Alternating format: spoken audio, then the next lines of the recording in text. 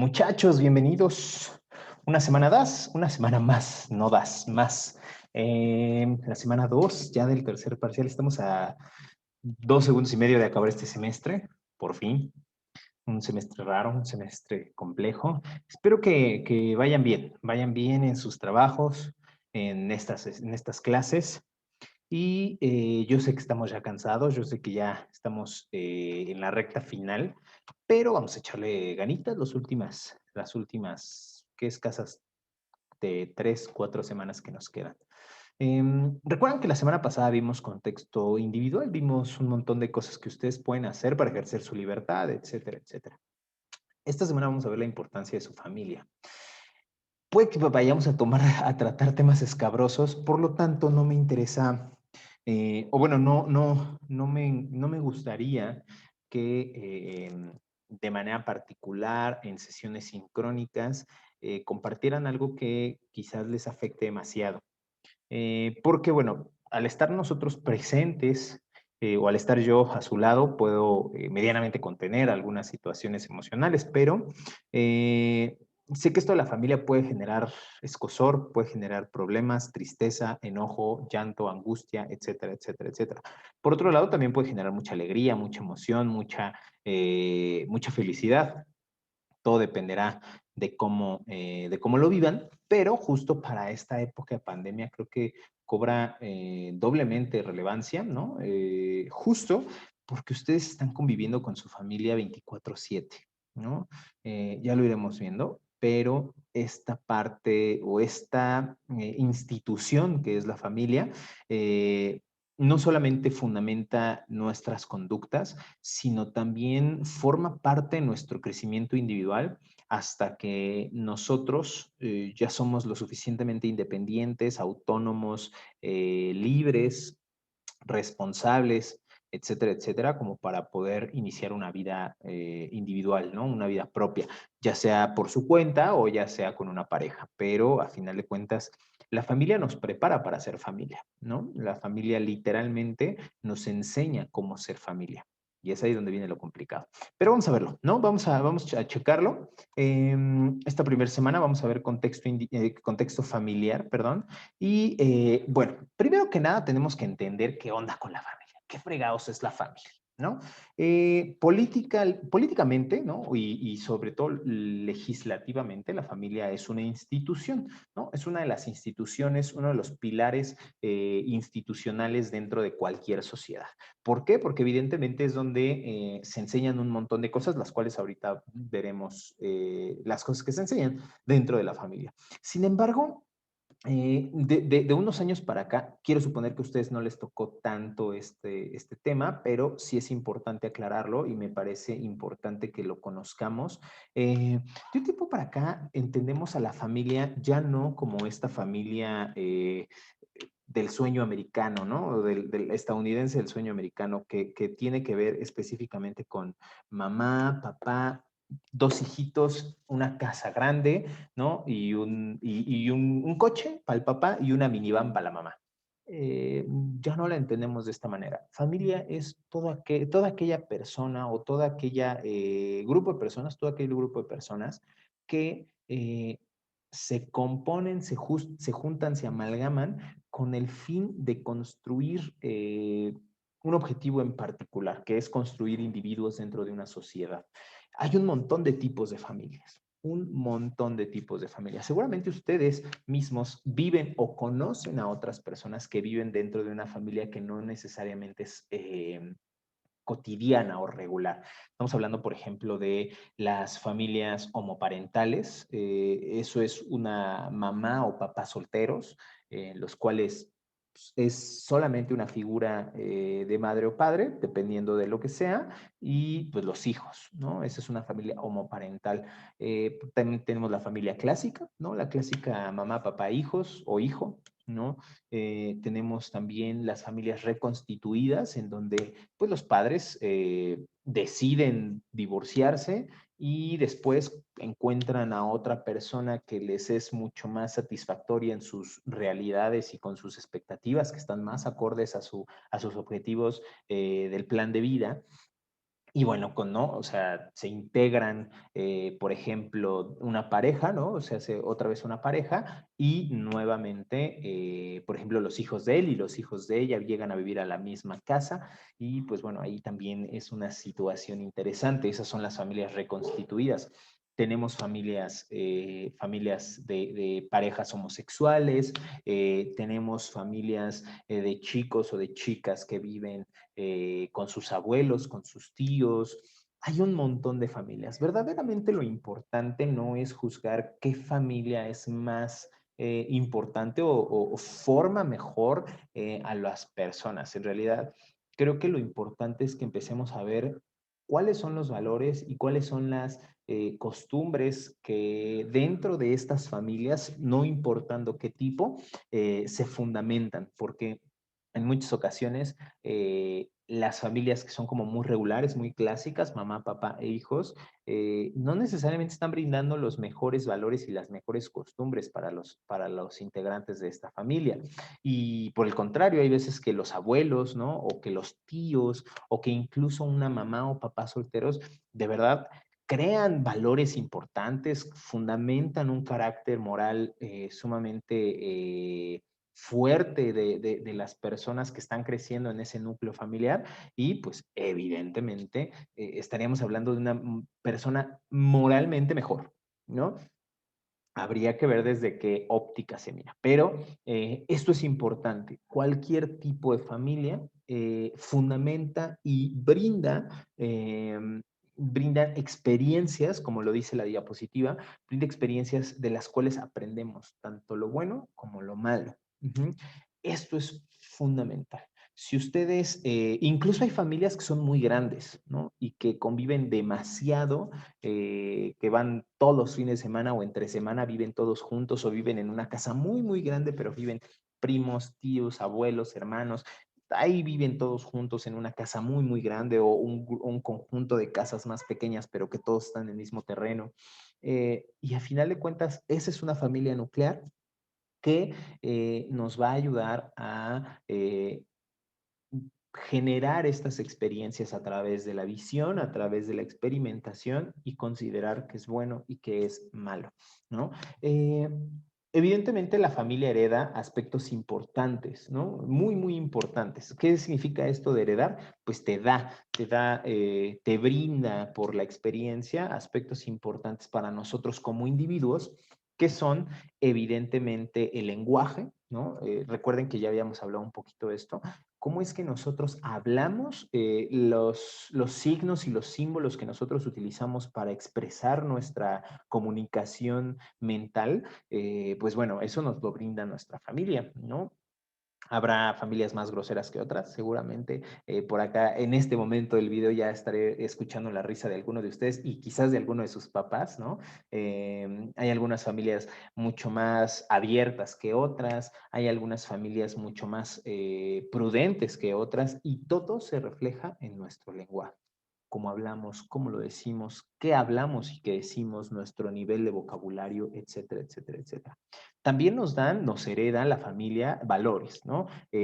Nuestros padres, nuestras madres, nuestros tíos, nuestros abuelos, dependiendo de con quién vivamos, tienen valores específicos y entonces a la hora de que nos están inculcando ciertos modos de conducta, ciertas maneras de conducirnos, de ser, también nos están inculcando estos valores, ¿no? Como la solidaridad, como igual y el respeto, ¿no? Como igual, etcétera, etcétera, etcétera. Y esto es muy sencillo de verse a través de las enseñanzas que nos dan, ¿no? Así de, oye, no andes tirando basura en la calle, ¿no? O sea, que te dan un zape tus papás. Evidentemente ahí te están enseñando valores, ¿no? Te están enseñando ciertas situaciones. Pero también tenemos de este lado las costumbres, ¿no? Las costumbres son estas situaciones por las cuales nosotros aprendemos a hacer un acto de manera repetitiva, ¿no? O de manera habitual. Por eso son usos y costumbres. Cómo usamos las situaciones y cómo acostumbramos a hacer, o cómo acostumbramos a actuar en ciertas situaciones, ¿no? Y costumbres hay chorros, chorros, chorros, chorros. Ahorita vamos a ver cómo esto impacta directamente en nuestra construcción individual. Hasta acá quiero que entiendan una cosa. La semana pasada vimos el contexto individual y vimos que nosotros decidíamos a través de la libertad cómo, qué era lo mejor, lo bueno y lo malo. Hoy estamos viendo de dónde surgen estos valores, de dónde surgen estas conductas que podemos analizar como buenas y como malas, ¿no? Evidentemente, no sé, piensen en que hay un grupo de estudiantes de bachillerato que están yendo a la escuela y que de repente en el receso todos sacan su lunch y alguno de ustedes trae un topper con muchas divisiones y su mamá le puso arrocito, le puso huevito, le puso jamoncito, le puso también fruta, le puso unas semillas y le puso alguna otra cosa, ¿no? Unos dulces. Lleva su agua de sabor y pues ya, ¿no? Ahí está el niño con su lunch. Pero eso es la costumbre de los papás, ¿no? Están acostumbrando al niño a que se alimente de una manera muy correcta. Pero también tenemos al amiguito en donde la mamá o el papá le manda nada más la torta ahí toda embarrada porque tenía que salir corriendo porque la mamá tiene que ir a trabajar. Entonces el niño está acostumbrándose a que los desayunos tienen que ser rápidos, tienen que ser veloces, tienen que ser prácticos, porque evidentemente el ritmo de vida es muy rápido. Otros sabrá que sus papás les den dinero y cómprate lo que puedas en la cafetería, ¿no? Hay ciertas conductas que nos están enseñando a hacer, ¿no? Nos están enseñando a comportarnos. Ajá. Evidentemente, estas costumbres están fundamentadas necesariamente en la familia, pero también en el contexto social de la familia, ¿no? Donde la familia se integra y donde la familia se reúne. Por ejemplo, habrá familias en donde pues el papá sea de una nacionalidad y la mamá de otra. Entonces ahí adquieren unas costumbres amalgamadas, ¿no? Muy homogéneas del país de origen de la mamá, del país de origen del papá, y entonces ahí se va construyendo toda una simbiosis de costumbres bien, bien interesante. Todos estos ejemplos me gustaría que los fueran pensando desde ahorita para que los traigan a nuestras sesiones sincrónicas, ¿no? ¿Cuáles son los ejemplos más claros de costumbres que ustedes tienen? Ahorita les iremos viendo. Eh, Evidentemente, tú como adolescente, seguro cuestionas algunas prácticas familiares. Es un hecho. Los adolescentes somos eh, sumamente contrarios, ¿no? Sumamente rebeldes, sumamente, pues sí, ¿no? ¿Cómo le llaman? De choque, ¿no? Los adolescentes chocamos, porque hay cosas que no nos están dando sentido en nuestra cabeza, ¿no? Y lo empezamos a cuestionar todo. Entonces, a la hora de cuestionar, pues genera incertidumbre y también generan ciertas dudas acerca de lo que puede ser bueno o lo que puede ser malo. Entonces, eh, evidentemente, cuando tú vas experimentando nuevos modos de vida, es decir, vas comparando tu lunch con el de la otra persona, de repente le dices a tu mamá, oye, ¿por qué la mamá de Juanito sí le manda como 20 opciones de desayuno y que puede estar comiendo todo el día y a mí me mandas una triste torta ahí toda chunda que está ahí desmoronando? Y entonces la mamá le dice, pues si quieres otra cosa, pues levántate más temprano y prepáratelo, mijito, porque yo no soy tu chacha. Seguramente también les ha pasado, porque a mí me pasó y nos ha pasado a muchos. Y entonces empezamos a cuestionarnos, bueno, ¿y por qué no mi mamá me puede hacer estas cosas, no?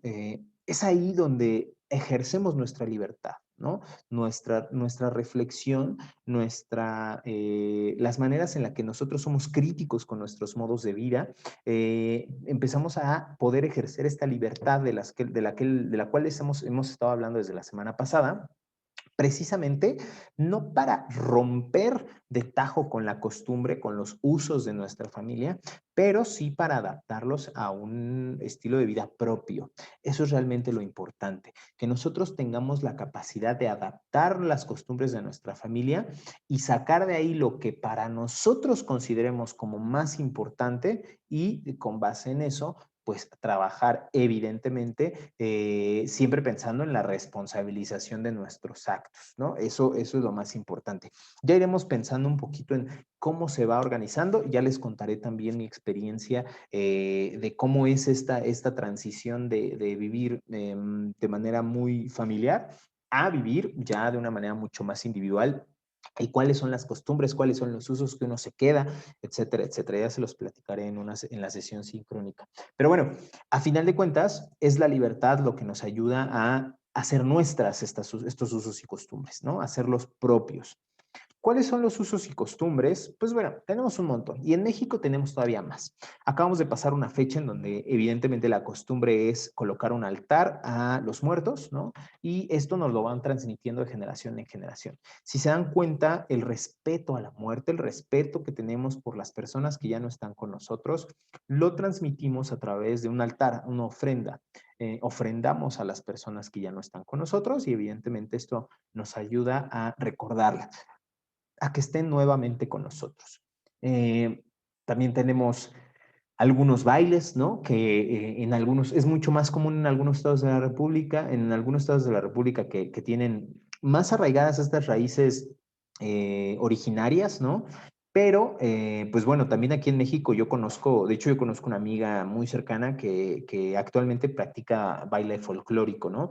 Y que es su pasión y le encanta y son puras rolas mexicanas con vestimentas mexicanas y que a final de cuentas están haciendo, está haciendo uso de estas prácticas para perpetuar la cultura, ¿no? Para perpetuar los valores de nuestros pueblos originarios y también de esta mezcla cultural que hubo con los bien llegados de Europa. Entonces, a final de cuentas, todas estos valores, estas costumbres, todas estas repeticiones que vamos teniendo, no solamente construyen en nosotros una manera de ver el mundo, sino también nos ayudan a formar parte de él, ¿no? No solamente vemos el mundo como una construcción social, sino también podemos participar de ese mundo conociendo estos usos y conociendo estas costumbres. Evidentemente sabremos que hay usos y costumbres distintas en otros espacios geográficos y que no irán especialmente con nosotros, ¿no? Que no, nosotros no los vamos a identificar como nuestros.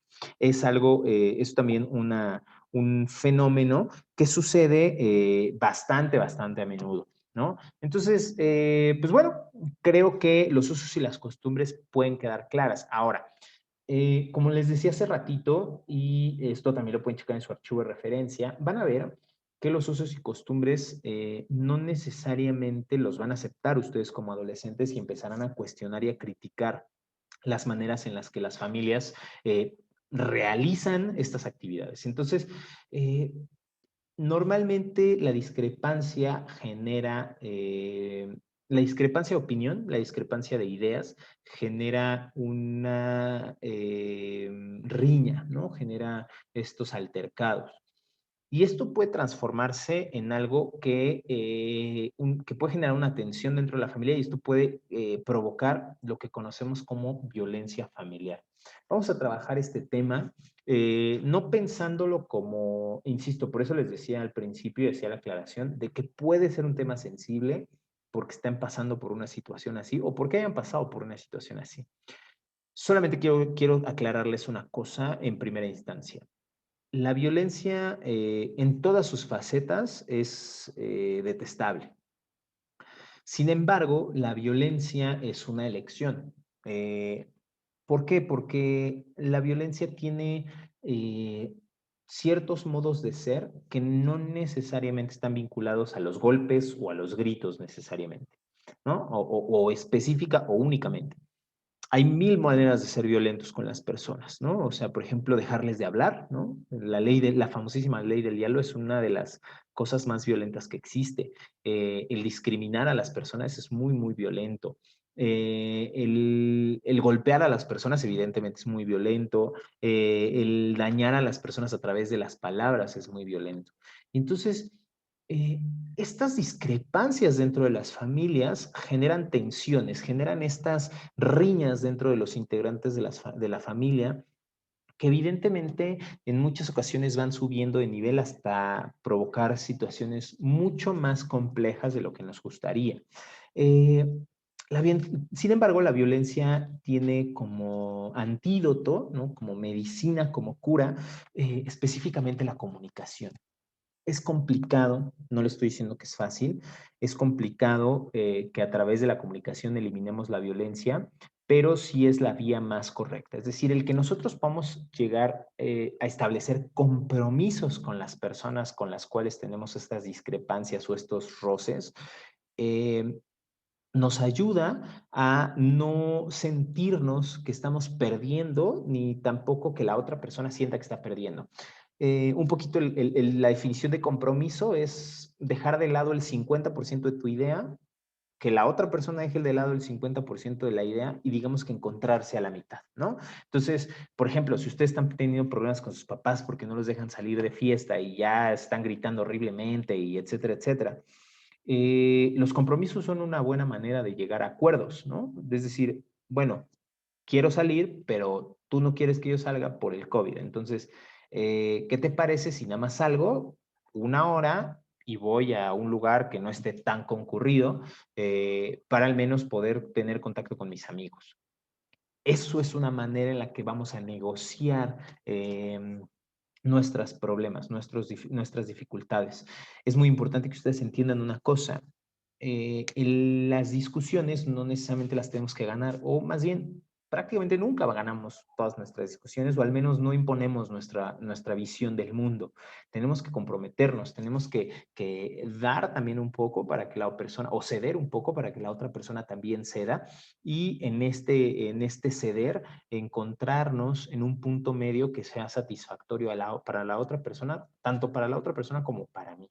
Entonces, sí es bien importante que hablemos sobre este tema, pero más que hablar sobre los tipos de violencia que lo vamos a mencionar, creo que es importante que establezcamos o que entendamos que estas reflexiones éticas son lo que nos permite no llegar a estas violencias, ¿no? Que nosotros conozcamos qué es lo que queremos y conozcamos hasta dónde podemos tenerlo, y qué es lo correcto también, que podamos ser sensibles, empáticos y sobre todo que podamos escuchar los argumentos de las otras personas con el fin de entenderlos. Me parece que es mucho más importante que hablar de la violencia en sí, porque muchas veces estamos tan calientes en el enojo que nos cerramos, no escuchamos y empezamos a mentar madres, ¿no? A todos nos ha pasado. Y el problema de eso no es mentar las madres. En realidad el problema de eso es que nos cerramos, no escuchamos y muchas veces decimos cosas que no quisiéramos decir o actuamos de maneras en las que no nos hubiera gustado actuar.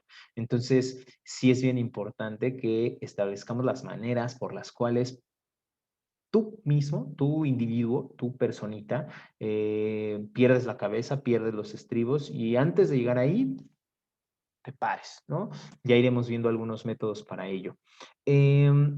Evidentemente, esto no deja de lado que quizás si ustedes viven en una o alguna persona vive en una situación de violencia, esto no se pueda repetir. Recuerden, el contexto familiar nos enseña, nos hereda valores, costumbres, hábitos, formas de vida, etcétera, etcétera. Entonces, es probable que lo que ustedes ven en casa lo repitan más allá de su casa. Por eso es importante también realizar reflexiones éticas sobre los comportamientos, ¿no?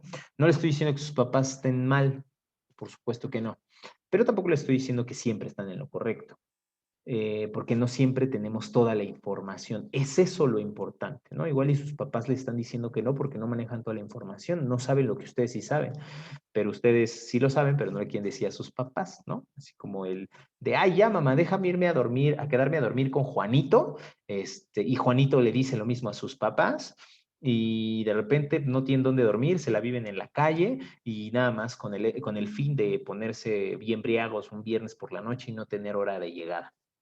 Pasa, pasa, ¿no? Y obviamente ahí empiezan las discusiones con sus papás, etcétera, etcétera.